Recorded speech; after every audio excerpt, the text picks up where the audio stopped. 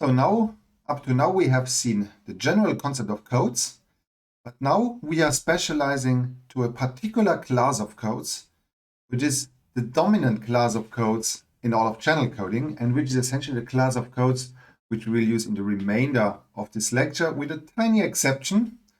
Some of the codes you're going to see will not be linear, but will be an exception. And this class is the so-called class of linear codes, which you may know already from some introductory class on communication engineering, like Nachrichtentechnik 1, if you studied here at KIT. So what are linear codes? Code is essentially linear if the set of code words make up a subspace of f to the power n. So we have our space where the code is defined over, and if the code words, they belong to a subspace, linear subspace, then we say the code is linear. This has a few consequences. Most important consequence, and the practically most relevant consequence, is that we can obtain the code words using a so-called generator matrix. Generator matrix contains the basis vectors of the subspace, and we know from linear algebra that we can obtain the elements of a subspace as linear superposition of the basis vectors. The basis vectors are encoded in a matrix, in this case the generator matrix, and therefore we can represent a vector in the subspace by multiplication of a vector with a matrix. So, if we have a message vector that contains the data to encode, which we put in a vector u, then we obtain the code word by multiplying u with g. So this may seem, if you come from linear algebra, this may seem a little bit weird. What we do in coding theory is that for historical reasons, we use not column vectors, but row vectors. So for instance, u is a vector that is really a row vector, u1 up to uk, and x is a row vector, x1 up to xn.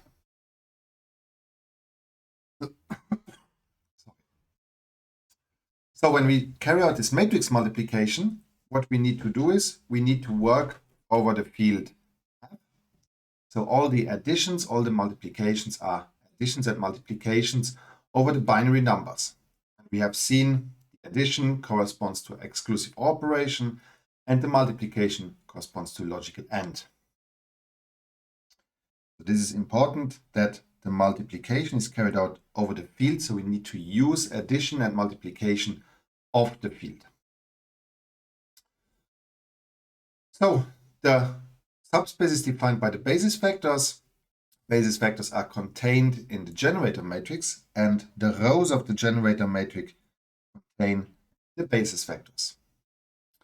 And every code word is a linear combination of these basis vectors. Okay, so this is the basis of linear codes. This has a few implications. First implications is that we make our codes much more practical. So they're practical codes. Why is that practical? First of all, we don't lose something by using linear codes. We saw that in order to achieve the capacity, we need to construct a random code. Later, it has been shown that you can do the same with a linear random code. So you can construct a random generator matrix, and that is sufficient to construct a code that is capacity achieving. So we don't lose anything with respect to capacity.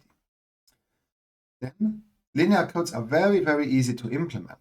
This matrix multiplication is nothing else as a bunch of Boolean logic.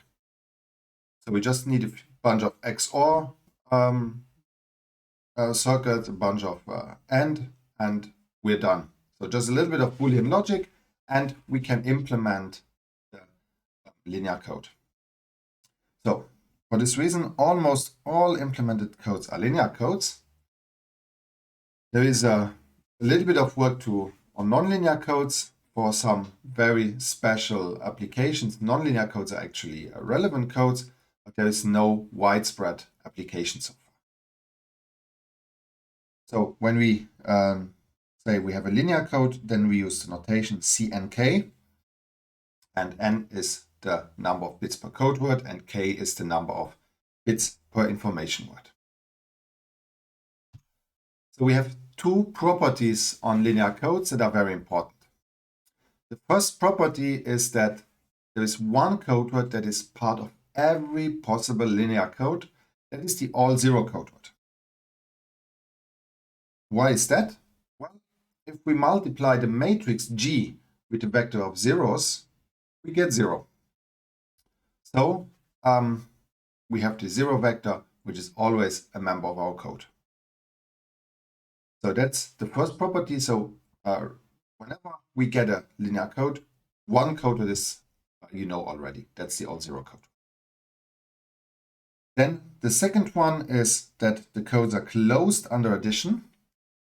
This means if we take a code word xi from the linear code, we take a second code word xj from the linear code, and then if we add the two code words together, if we do a binary addition, we calculate xi1 plus xj1. Second coordinate, we take xi2 plus xj2, and so on. So we do this for all the coordinates.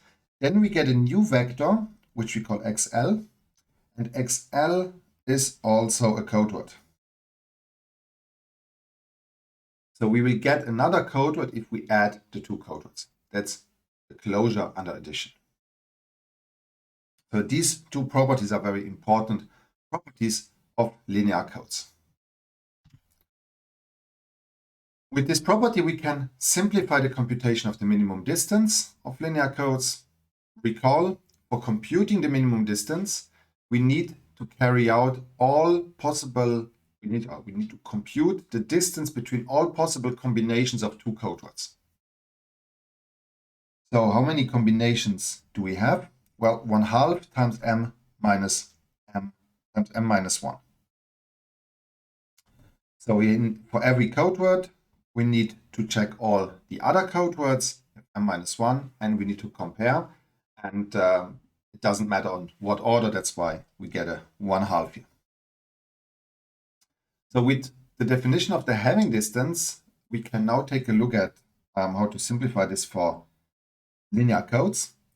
So the Hamming distance between two vectors xi and xj is the same as the Hamming distance of the sum of xi plus xj to the 0 vector. So instead of calculating the distance between xi and xj, we can sum up xi and xj and calculate this distance to the 0 vector. That's equivalent. And this is the same as the weight of xi plus xj, because that's just the number of non-zero entries. So now we know, or we assume that the code is linear, and then from the closure under addition, we know that xi plus xj is another code word. It's a code word xl. So it's the weight of the code word xl. So instead of calculating all the possible combinations of code words, what we now need to do is we just need to calculate the weight of all the code words, and then we get the minimum distance. So the minimum distance of a linear code is equal to the minimum weight of all 2 power k code words that are not the 0 code words. So there's no reason to compare the 0 code words, because the 0 code word would happen if this guy is equal to 0, then xi and xj would be the same. So it means we would compare xi and xj with itself. Okay, so that's a basic introduction to linear codes. Now we're looking a little bit deeper into how to describe linear codes by their generator matrix and their parity check matrix. So here's an example of a generator matrix, and the size of the generator matrix is k times n. So number of input bits times number of code bits. So here we have a code that has 3 input bits, k is equal to 3 and n is equal to 4. And here's the generator matrix. And now we can calculate some code words. So for instance, u is equal to 1, 0, 0. So then we calculate u times g equal to 1, 0, 0 times the generator matrix. And let me just copy it.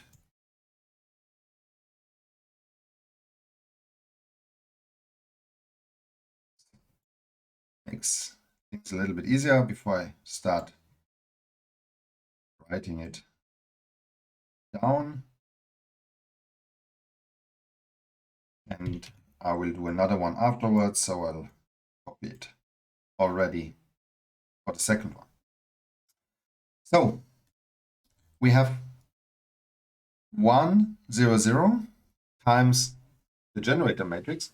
So we know how to calculate product of vectors and matrices. So we go the first element of the first multiplicand, we go row-wise. The second one, we go column-wise. So here we go row-wise, and here we go column-wise.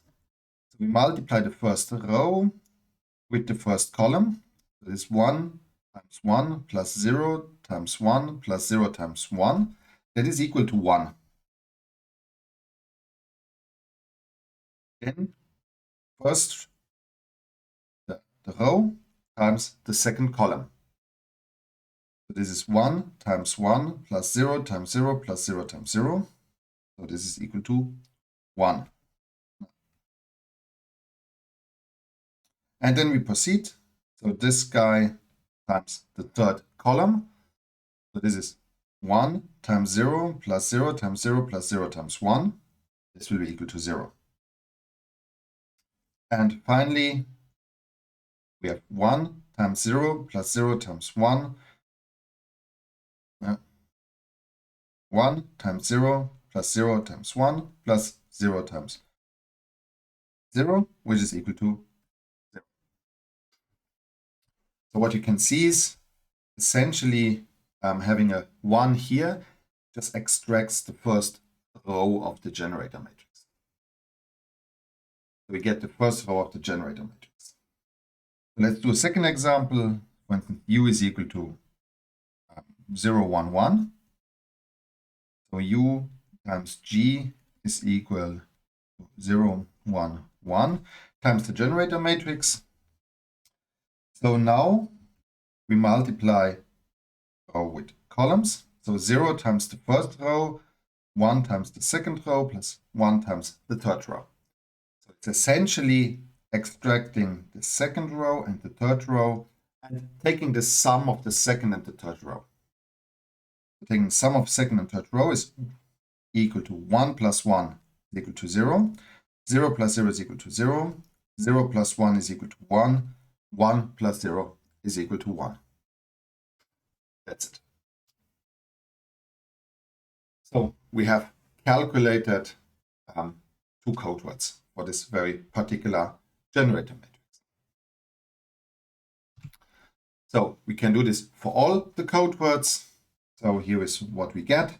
We have a table with all possible 2 to the power 3 input words. We have all possible code words. And what we can do now is we can calculate the weights. So we just count the number of ones, 2, 2, 2, 2, 2, 2, 4. And the minimum distance is the smallest weight of the code, except for the 0 code word, it is equal to 2. Simple code that can detect a single error. Okay.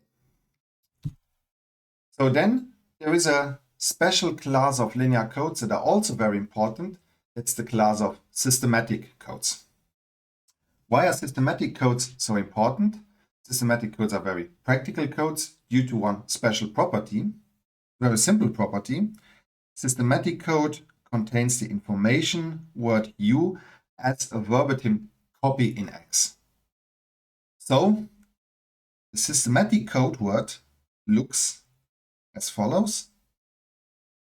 it has U and we define it U to be in the first place. So the information bit is in the first place, and then this is information bit, and then there are n minus k so-called parity bits. So why is a systematic code so important? Well, it's very practical because once you have corrected your errors, you can directly read the information part. Then you have the information part, and you can just throw away the parities. And you don't need to undo the encoding operation. So this matrix multiplication, you don't need to undo this matrix multiplication and find the corresponding input word. This would be, in the general case, this would be an operation that can be done, for instance, using Gaussian elimination, essentially solving a system of equations. And solving a system of equations has a complexity that is cubic in the length n. So we would like to avoid it. So systematic codes, we can prevent this after we have corrected the errors. We can just read our information. There's another advantage. If we employ systematic codes over a noiseless channel, we can directly just read the information and throw away the parities. Very, very good channel. There is no need to correct errors. We can just read the information.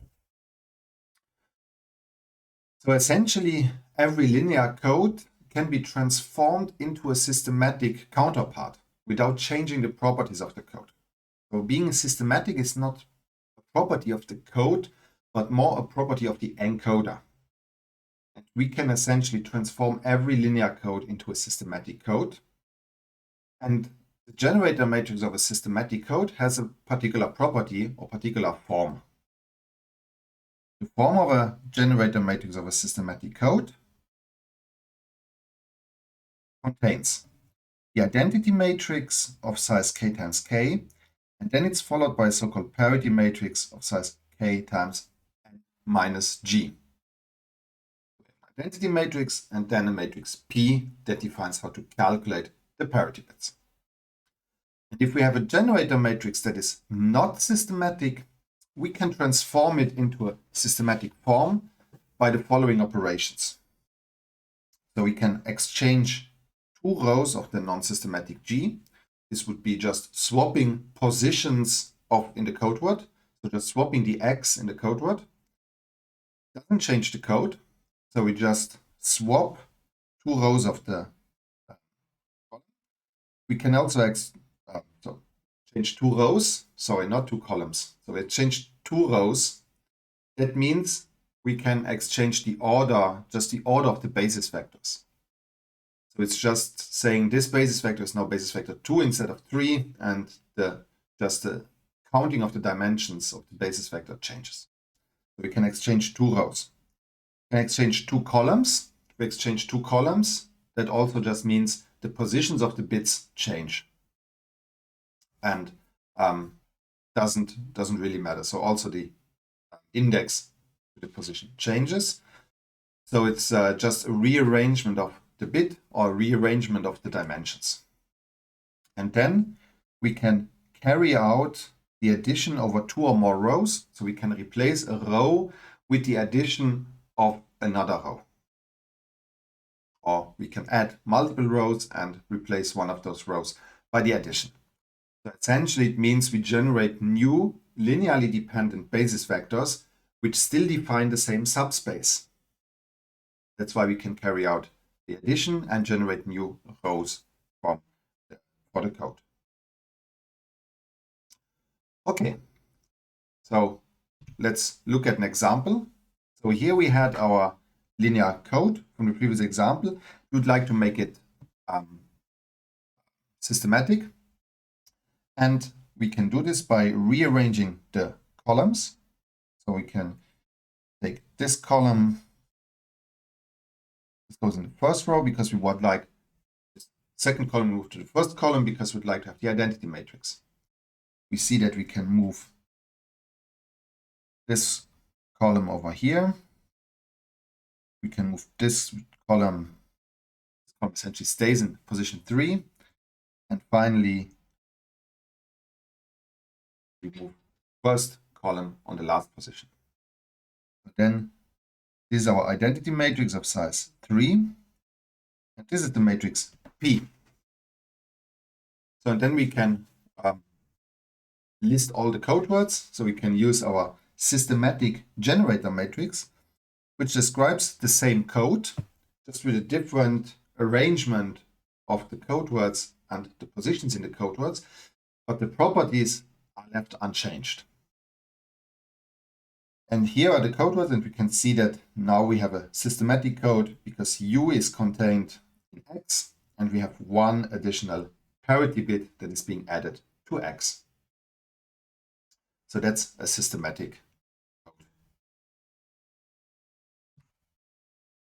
For linear code, there is a second matrix that is very important, and in this lecture is of utmost importance. That's the so-called parity-check matrix. So we can also define the code in a different way. We can define the code as the so-called null space of the parity-check matrix, which means you can say the code is the set of all vectors x from f to the power n, such that h times x transposed is equal to 0.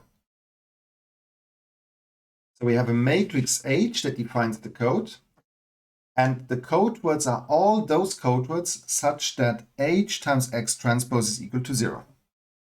That's the so-called null space or kernel of the matrix. If we have a matrix H, the null space or the kernel of the matrix is the set of all vectors such that when we multiply those vectors with the matrix, we get the 0 vector. So that's a different definition of the code and an equivalent definition. What we immediately see is the rows of the generator matrix, they are code words themselves. So if we multiply G with H, we multiply H times G transpose, that's essentially correspond to this equation, then we get 0. So G times H transpose gives 0. We multiply G with this parity-check matrix, we get 0. And therefore, we can also, so H times X transpose, H times U times G, and this will be equal to 0. So how can we construct this parity-check matrix? Well, it's not so easy. Later, we're going to see how to construct codes directly from the parity-check matrix. Then we need to go back and construct the generator matrix, which is not trivial. We can do this using Gaussian elimination. That's the simple part, but that's quite difficult on pen and paper. So what we do is, what we can do is, we would like to have a systematic code. If we have a systematic code, then there is a very simple construction of the parity-check matrix. So if G is systematic, then we can construct H very easily, because then H is given by minus P transposed and the identity matrix of size n minus k, or H transpose is given by minus P and n minus k, and the identity of size n minus k. So again, we use binary codes. So in binary codes, this is a plus. I just want to show you why this would be a minus. So if we multiply G times H transposed, so G is equal to I, K, and P, and H transposed was equal to minus P and I of size n minus k. Now if we carry out this matrix multiplication, we will get identity matrix times minus P. So this would be minus P plus P times the identity matrix plus P, and this is equal to 0. And now in binary codes, minus and plus are the same. So if we add two binary numbers that are the same, we get 0, so we can put a plus there. But to think about how this works and where we come from, it makes sense to keep the minus sign for the time being. Sometimes it's easier to think with the minus sign because that's exactly the way it works for non-binary, in the non-binary case, where we essentially are what we are used to calculating from linear algebra, for instance. So that's the parity check matrix.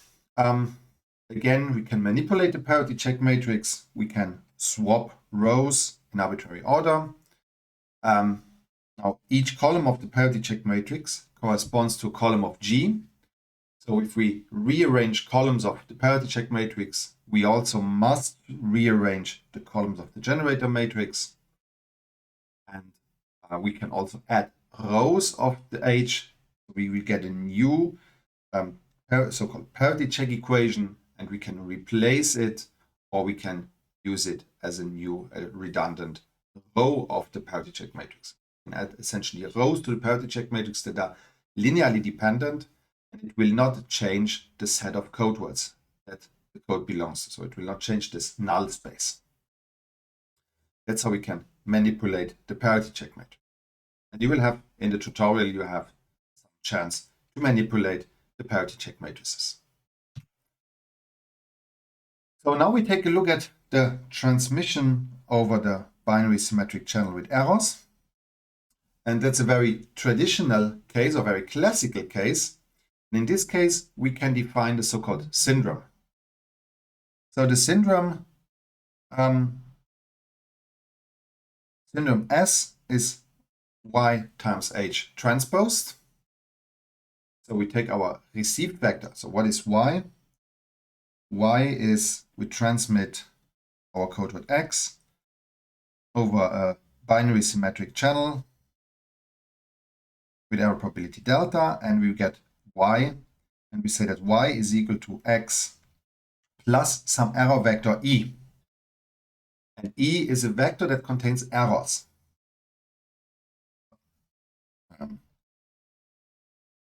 Y is x plus e. So at all the positions where we flip one bit, we put a 1 in this vector, and all the other positions we put a 0 in this vector. So and then we calculate this syndrome. So we calculate h times y transposed, and syndrome then is h times x plus e. So it's h times x, which by definition is equal to 0. And then it's equal to h times e transposed. So the syndrome ST is h times e transposed.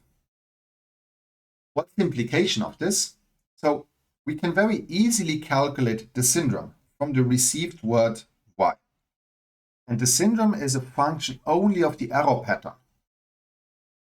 So if the syndrome is 0, it means there are no errors, because that means e is equal to 0, or e is a vector such that we get a 0 syndrome. That may also happen, but then this is an error that we can neither detect nor correct. So we can do error detection by computing the syndrome, or we can do a very simple error correction. And we can do this by storing all the syndromes and together with their correctable error patterns in a table. And we calculate the syndrome and retrieve the vector e from the table, and then we just subtract it from the received word. That's how we can do a very simple error detection for very small codes. So this chart summarizes the dimensions. So that if you're not used to this, can help as a guideline. So we have a row vector u of k bits. We multiply it with the generator matrix of size k times n, and we get a vector x consisting of n bits. For the syndrome computation, we take a vector y of n bits.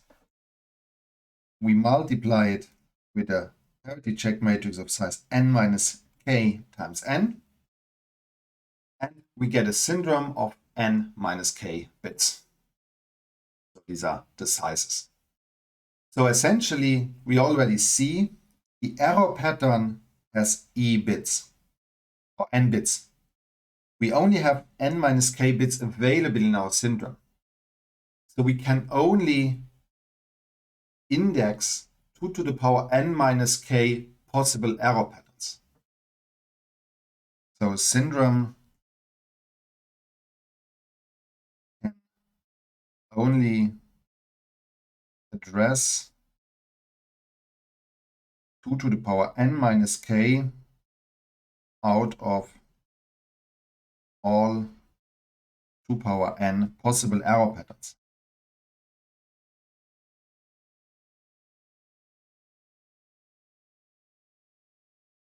So it's not possible to detect or correct all the errors with the syndrome. So let's take a look at an example.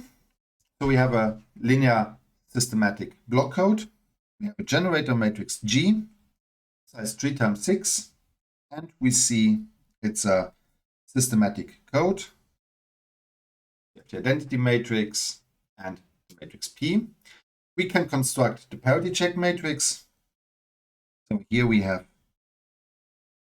P transposed.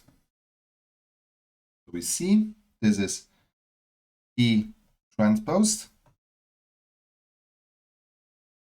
And we have the identity matrix of size n minus k. So for this code, first thing we do is we compute all the code words.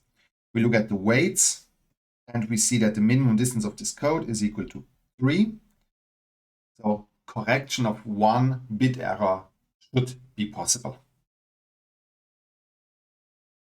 Okay, so look at the correction of 1 single bit error.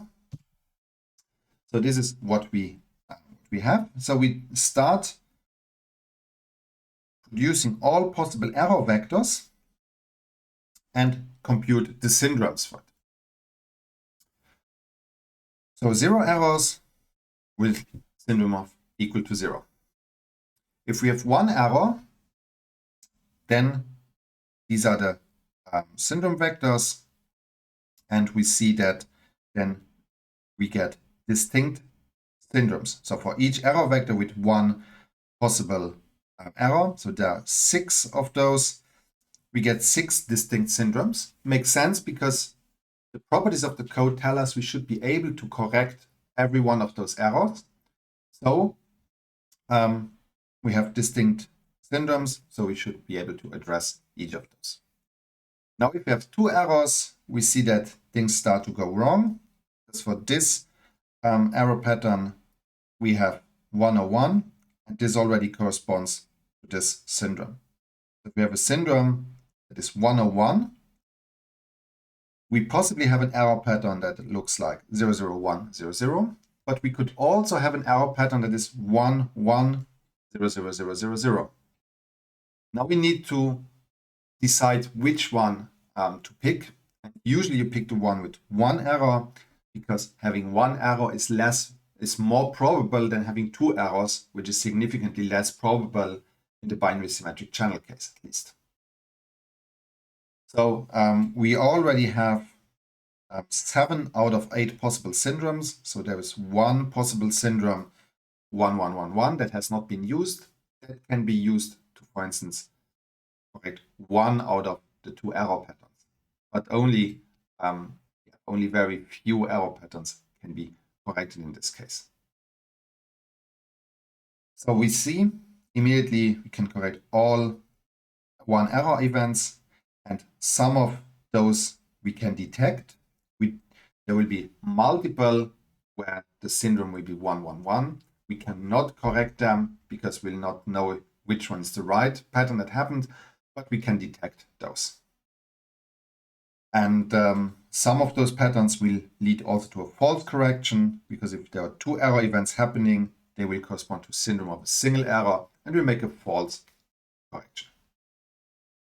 Now, this is a very classical way of doing the decoding, and this quickly becomes infeasible because this table gets large, grows exponentially in the length n, and already for very simple codes, it's just not feasible to store this table anymore. So this is a very nice example on pen and paper for very simple codes that have been used in the past century. But today we need to have new approaches because it's just not feasible anymore to store such tables. So therefore, we need to take a different approach, and two approaches that we can take are the parity-check codes or the Hamming codes. So these are two other examples of linear codes. The Hamming code has a very structured construction of the parity-check matrix that we're going to see in just a bit. So the parity-check code is a very trivial code, a very simple code, and we're just going to introduce it because it will form the basis of the LDPC codes that we will use later. So the parity-check code is a code that is of length n, and it has 2 to the power n minus 1 code words, and the code words are all the vectors of even weight. So we have all the vectors x such that the weight of x is 2 times j. J is a natural number. So the rate of the parity-check code is n minus 1 divided by n, and the minimum distance is equal to 2, so we cannot correct any error, but we can detect some errors. Parity-check code is a linear code, and the parity-check matrix consists of the identity matrix. Of course, here are zeros, I just didn't show them for simplicity, together with a column containing only ones. Then we construct the parity-check matrix. Parity-check matrix consists of ones. Essentially, this means, this is equivalent to saying that the sum of, from I going from 1 to n, of x ji must be equal to 0.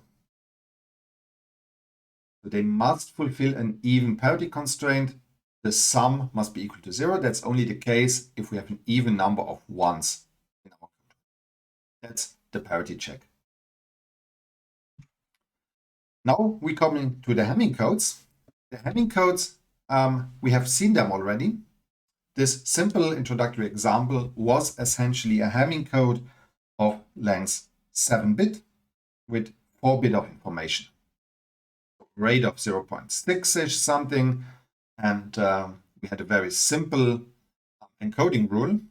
And the encoding rule was we choose the parity bits in these circles. So we put information bit in the intersection part of the circles, and we choose the parity such that the number of ones in each circle is even. So that was the 7 or Hamming code. And we saw how to encode this, and this is just a repetition of what we had already in the beginning. But it gets more interesting when we're looking at the parity check matrix. So we can construct all the code words of the Hamming code, and we find that the minimum distance is equal to 3. So we can either detect 2 errors or we can correct a single error. So the Hamming code was invented by Hamming, not for communications, but for a memory device. So he was working on a very early computer. And the bits in the memory, they were electromechanical relays that were not very reliable. So sometimes they got stuck, they didn't flip anymore. And he wanted to put some error correction in his memory because the computer failed to calculate correctly quite often. And that's why he developed the Hamming code. So it's a very early application of an error correcting code that is used for memories. So we can use the Hamming code in our example. Again, we have our image. What we do now is we take groups of 4 bits, and then we encode them. We generate 3 parity bits, and we put them just below, so to keep the image and the parities separated. We transmit over a binary symmetric channel of error probability of 10%. We get some errors, and we can see that decoding significantly reduces the amount of errors, although it's still quite erroneous. So in this scenario, what is such a high error probability, it's not a very good code still. The generator matrix of the Hamming code is something that we can obtain from the code word table, because we can just look for those code words where, for from which we can construct the identity matrix. So we take this code word, then we take this code word, we take this code word and this code word. This will help us construct just a generator matrix with an identity matrix. So this is the generator matrix of the Hamming code. From the generator matrix, we can construct the parity check matrix. Construct the parity check matrix H. So we take P transposed. This is 1, 0, 1, 1, 1, 1, 1, 0, and 0, 1, 1, 1. Then we put the identity matrix.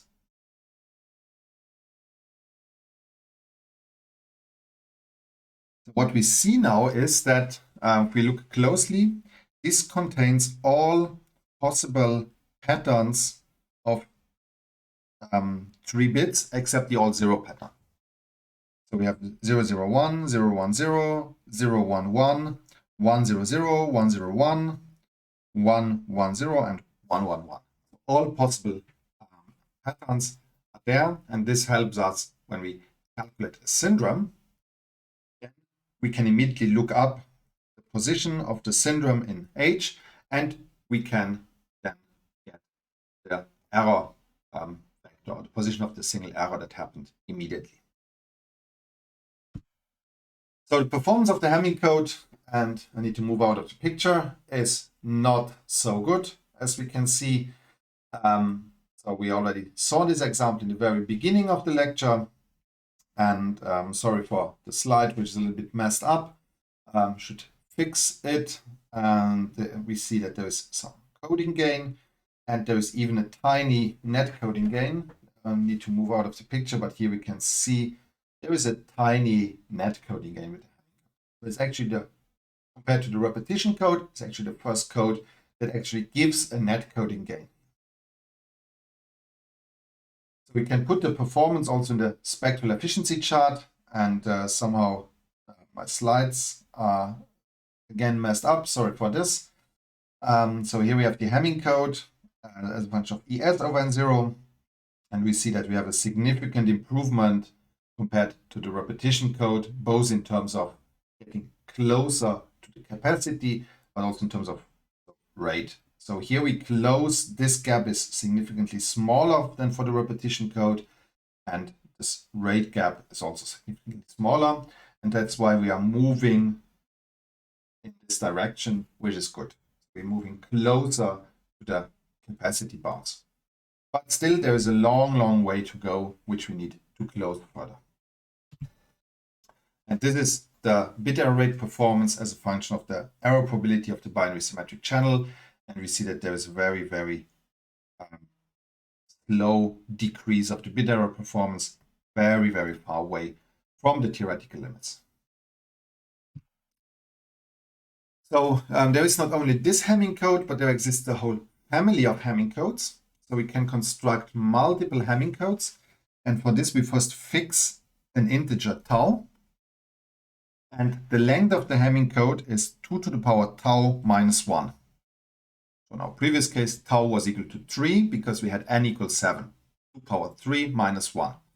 So the next one would have an n of 15. So then the number of information bits, k, is 2 to the power tau minus 1. From this, we can also calculate the number of code words. The number of parity check bits is 2 to the power tau minus 1 minus the number of information bits, so it's equal to tau. So tau defines the number of parity check bits that the Hamming code generates. And all Hamming codes, they have a minimum distance of 3.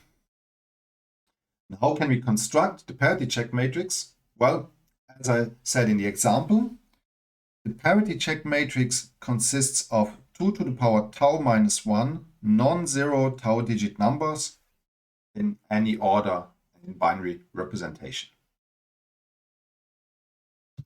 So for instance, can make the example, tau equals 4, that means n equals 15, k is equal to 11, and the parity check matrix just consists of all 15 non-zero 4-digit numbers in binary representation. 001, 0010, 0011. So just counting binary and putting the corresponding vectors in the matrix. And that's how we get the parity check matrix.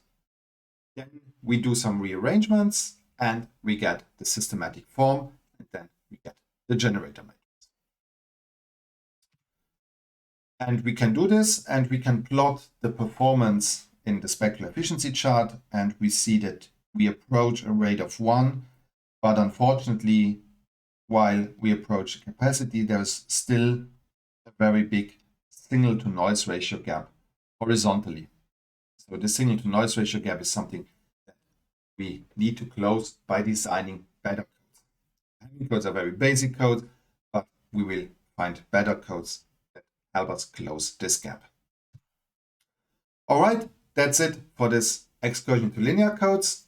Remember, the codes we're going to use from now on will all be linear codes. And in the next chapter, we're going to look at one particular way of getting a bound for linear codes.